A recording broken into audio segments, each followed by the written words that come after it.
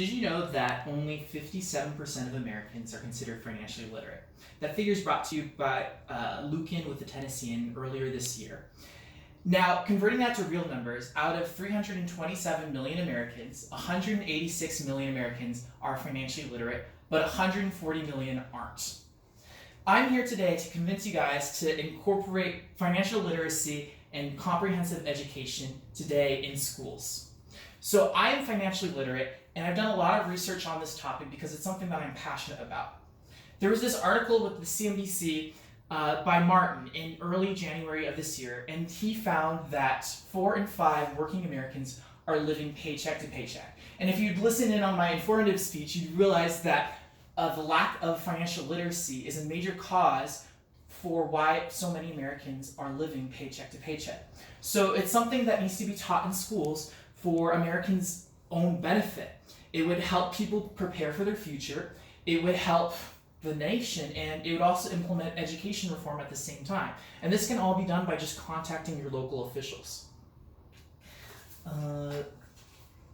So let's look at why is the lack of financial literacy bad? Well, let's ask about the reverse of that. Why is it good? Because that's what you're missing out on. So if you are financially literate, you're going to be able to plan for your future and understand debts and how to avoid them if necessary.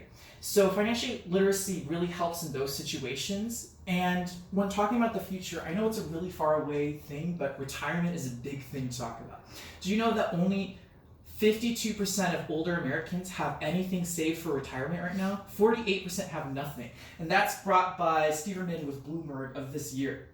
That's quite a significant figure, and we could be among those people in the future.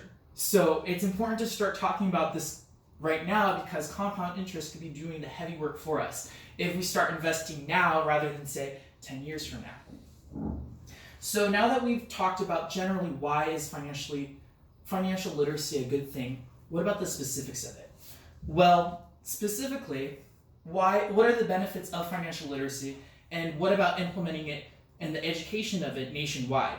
So the benefits are you're going to understand financial concepts. So that would be compound interest, inflation, and you would also understand how to save for big purchase items. So that's things like college, which I know isn't really helpful now, but it's going to help for your children, cars and houses. And you're also going to understand how to budget and reduce your expenses.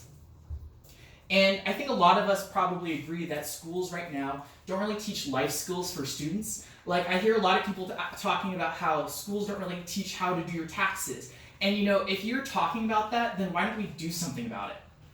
And right now in America, we have this taboo in our culture surrounding money, and a lot of people don't like to talk about it. And it's kind of a hard thing to talk about, especially because if we are expecting parents to teach financial literacy to their kids, but parents themselves aren't financially literate, how can they teach that to their kids? How can parents teach skills to their kids if they themselves don't have them? And it also doesn't help that a lot of people aren't living within their means, and so we should be doing something about that.